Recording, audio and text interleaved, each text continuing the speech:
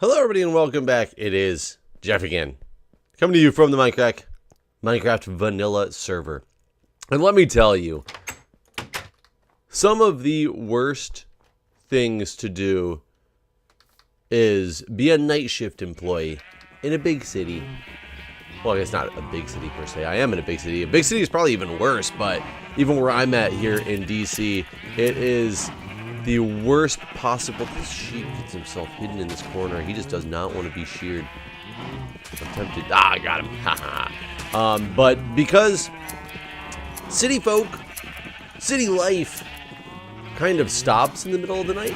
It probably doesn't in like big cities like New York and all, but here in DC it does. It shuts down in the middle of the night. But come 8 o'clock in the morning, nobody cares anymore. In their opinion, it's the daytime. You have to deal with anything that they want to put in front of you. Right now, they just started doing construction across the street from our house where I live. There's this little teeny building that they decided to, somebody bought it, they're tearing it down, and they're going to turn it into, they're going to turn it into some big apartment, because that's what they do in this area. The area that I live in, I've said before, it's in the middle of being gentrified. It's not gentrified, it's being gentrified. And, you know, for those who don't know, what that means is essentially they are making it, they're upgrading it. They're making it so more people want to be here. It was a really bad neighborhood once upon a time. Now it's a much better neighborhood, but it's not a perfect neighborhood. It is better, not perfect, but they're making it much, much better.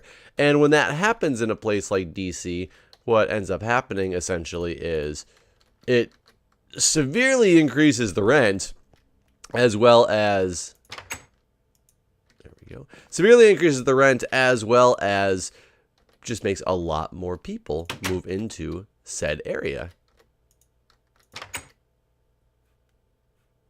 Did I stack these wrong? No, I did not. I stacked these wrong. And so, like I've talked about before, how the area that I live in is considered cheap for DC, but it's not cheap by any means. And it's not even really that cheap for DC anymore. It's getting up there to pretty much about the same price. And it's still a mediocre area, but it's getting better and better. So that's good that it's getting better, but, you know, all that's happening is masses and masses of people are moving in because they keep turning these little 1 to 2 bedroom houses. They're finding these small ones that people don't want to rent, and they're tearing them down. And they're tearing them down so that they can, oh, I need a workbench. They're tearing them down so that they can put in these places where more people can move into, which, I mean, it makes sense from a business standpoint.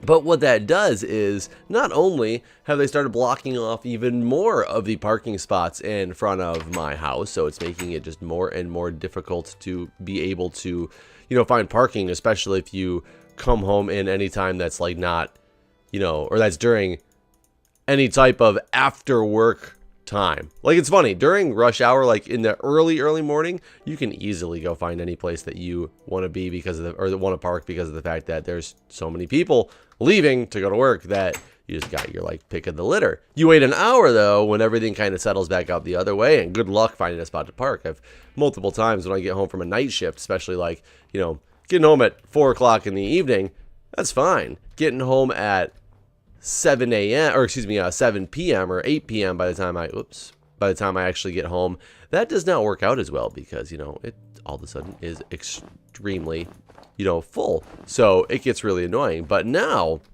not only is this construction going on, the construction starts at approximately 8 a.m. I got home from work last night. Well, this morning I got home from work, and I'm trying to make stairs out of this as per a suggestion from somebody. I got out of, work this morning, and I went upstairs and I laid down. I was like, I am so tired. The person that was supposed to be coming in for me was super late getting to work, so I didn't even actually get out of work until 8:30, which is ridiculous. Like, that should not happen like that. Wow. It takes all this stuff to make this stair step kind of work. That is way later than this person should have been. But you know what? That happens. You deal with that. So I usually leave work. If you're lucky, you can punch out at 7:24. If you're... Bye, Seth. Hi, Seth. If you're not so lucky, this could be a creeper hole. Do this. Not so lucky. Usually I'll end up leaving work in, 7:30. I can't get over to it this way. 7:30, 7:40, somewhere in there. I didn't even start giving a report on my last patient until 8:15 because this person was late, extremely late. And I mean, it was because they made a mistake and thought they had to work at like 11. But that really hinders, that's the one thing about my job, is it really hinders other people when you are late, because I can't leave until I report off on my patients. I can't just be like, well, my shift's over, see you guys later. That's called patient abandonment. But I was going to report off to one of my managers, and she ended up taking the report on somebody else first, and for some odd reason, the report on that patient took approximately 45 minutes, so I just sat and stared and stared and stared. So I'd already given my report on my other patient to who was taking over, but they sat and stared and stared and stared while they gave this ridiculously long report, and then by the time I was she was going to take a report from me, she was like, well, that other nurse just called, and she said she's on the way upstairs from her unit, because it was a float nurse. And I was just like, okay, so now I'll wait 5 more minutes to make this easier for everybody so that, we're not giving like this double report off on somebody. But still, either way, now I'm sitting here like, okay, I got to work tonight again. I'm really tired, blah, blah, blah. Either way, I get home and I lay down in bed, and not only does construction just instantly, like all of a sudden, they start moving dumpsters in. They parked all these dumpsters in the street right in front of our house, and our house is at the bedroom. Or the bedroom faces the road is what I was going to say. So all of a sudden you have the road is sitting there having dumpsters parked on it. There we go. Having dumpsters parked on it right in front of the house. And those are super loud when those big industrial dumpsters, they're bringing them in. But all day, I will tell you, I was so freaking angry. And it's mainly I'm angry because, I'm trying to sleep. And you get really annoyed when you sleep. I get it. I get what has to happen. But I was sitting there trying to sleep.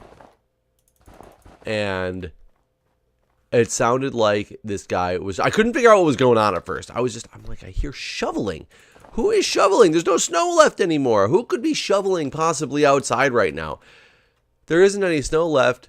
It was literally one of those metal flat-ended shovels on the cement, because as they were making a mess with things, this person was putting, okay, so this actually looks pretty good. This person was putting down all the trash that was getting blown around. This person was shoveling them up with this flat-ended metal shovel.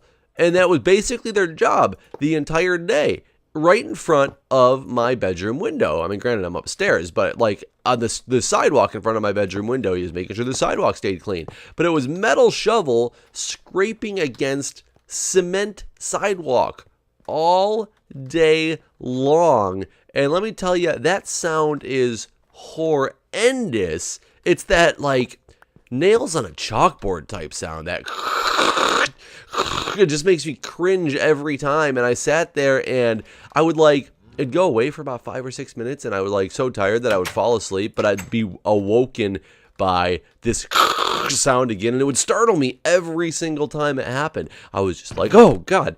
And then I realized what it was, and I'm like, oh, you've got to be kidding me that this is actually what it is that's happening again. And yep, all day. I assumed it would stop at some point. I really did, and unfortunately, it did not.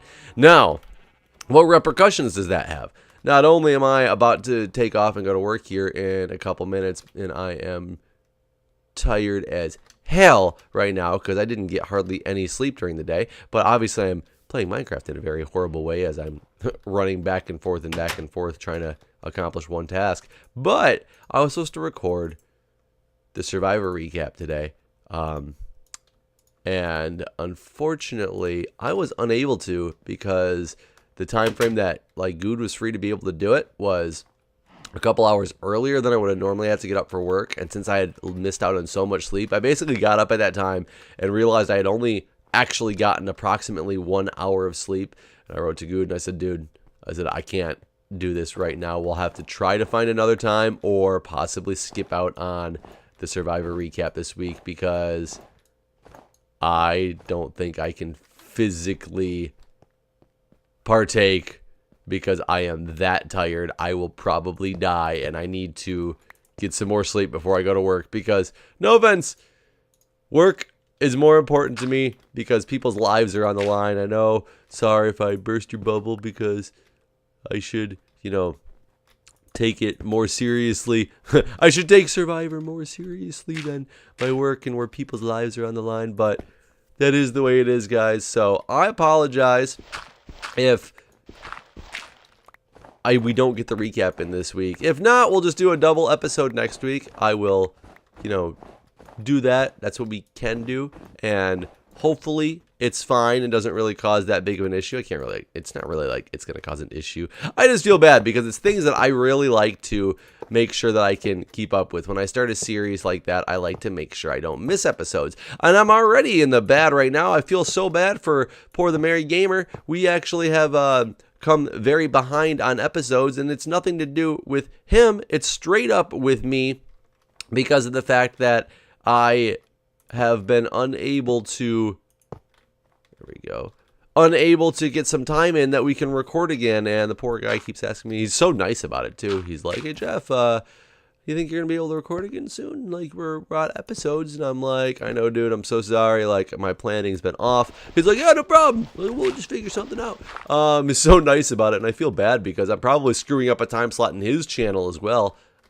I like this overlook. I kind of might want to get rid of this and just make it a instead of the fence, make it just like a straight open room. Either way, I think this episode's probably going to be cut a little bit shorter than normal because of the fact that I'm on such a time crunch and I need to go grab some dinner and roll out the door and head to work because that's what I got to do. Oh, set please on. Oh, he left. Wait, sleep it. Oh no, it doesn't really matter. I'm leaving anyway. So anyways, guys, thanks for watching and I will see you next time, hopefully when I'm a little bit more awake.